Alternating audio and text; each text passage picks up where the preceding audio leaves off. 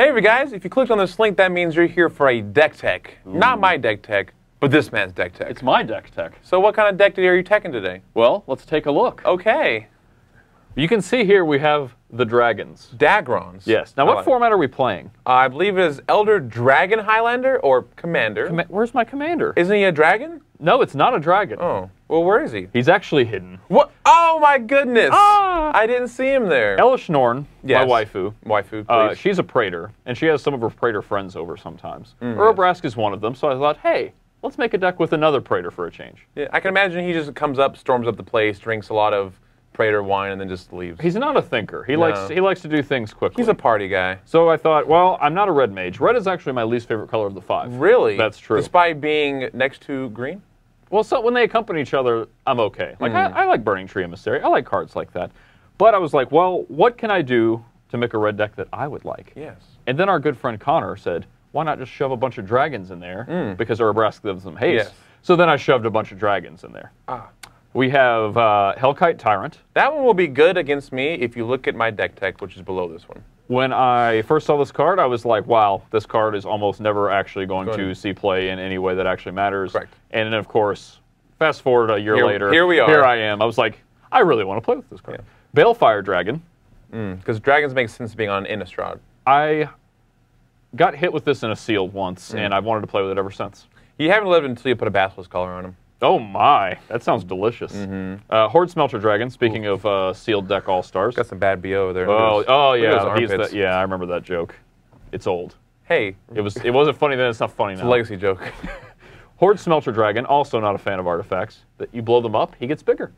I don't want him to get bigger. Speaking of artifacts and dragons, yes. Hoarding Dragon. Now the flavor of this dragon makes me laugh a little. Why? Because he hoards and then you kill him, then you get it. I don't really understand what his artifact beef is. I don't really understand. Like, I understand the general flavor of this, but he doesn't sound like the kind of person I'd be friends with. No, he goes, steals it, and it's in his cave, and then you go kill him, like you did with Smaug, and then you get the artifact. But he's my guy. Why would I want to kill him? I don't know. Dragon Mage. Discards a bunch of cards, draws a bunch of cards. How fortunate. Red needs a way to draw cards. It really does. So it's important that if in your monocolored non-blue decks, and sometimes non-green, depending on your harmonized factor, it's important to find ways to draw cards. Wheel of Fortune. That was what I was going for. That is also. Oh, I get it. That's very funny, like your Dragon BO joke. Red is not good at manipulating things that aren't artifacts. Because everything has to do with an artifact. A little bit. Yeah. A little bit. Okay. And then because 6, you start with 40 in Commander instead of 20. Lightning Bolt not so good. Yeah, but if you get hit twice, since you have twice the life, I figured I may as well make them hit for twice the damage. It turns your Lightning Bolts into quenchable fires. It's beautiful. You know what effect I'm not a fan of? What? Threaten. I know you're not. He knows this. I know this. We have talked about this at length. I cannot stand when I'm playing a draft, I am way ahead, and then I lose out of nowhere because they go bomb, threaten, kill you. Oh, it's terrible. Yeah, not a whole lot of fun. Frigid dissertation, male siblings. So I thought, you know what? Maybe I should try it for once. I'm playing mono red.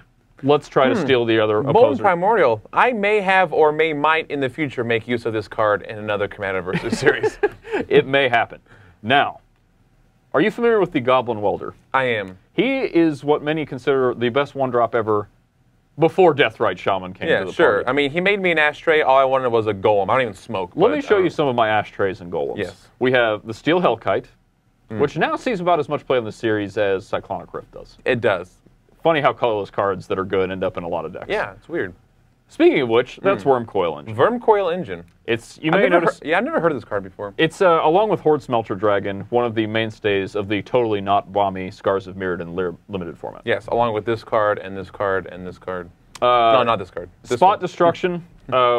Red is a direct damage color, but sometimes you need to just blow something up outright. Like an enchantment.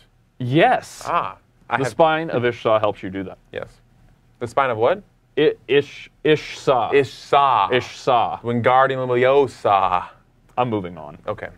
Capricious Efreet and Chaos Warp appeal to Red's sense of craziness. Whoa. Red likes random. It does. And I can live with that because Commander's a casual format and random can be fun. You know the thing about random? It's fair. Anybody who's ever told me that Heath Ledger's Joker is a black color pie oriented person Clown shoes. Clown shoes. Town. Very fitting. Yes, because he is red. He likes chaos. He's not crazy. I'm not a big chaos guy, but tonight, we're going to try it out. All right. So let's see what you have to offer. Let's see what I have to offer. Next desk tech. Okay, dokie.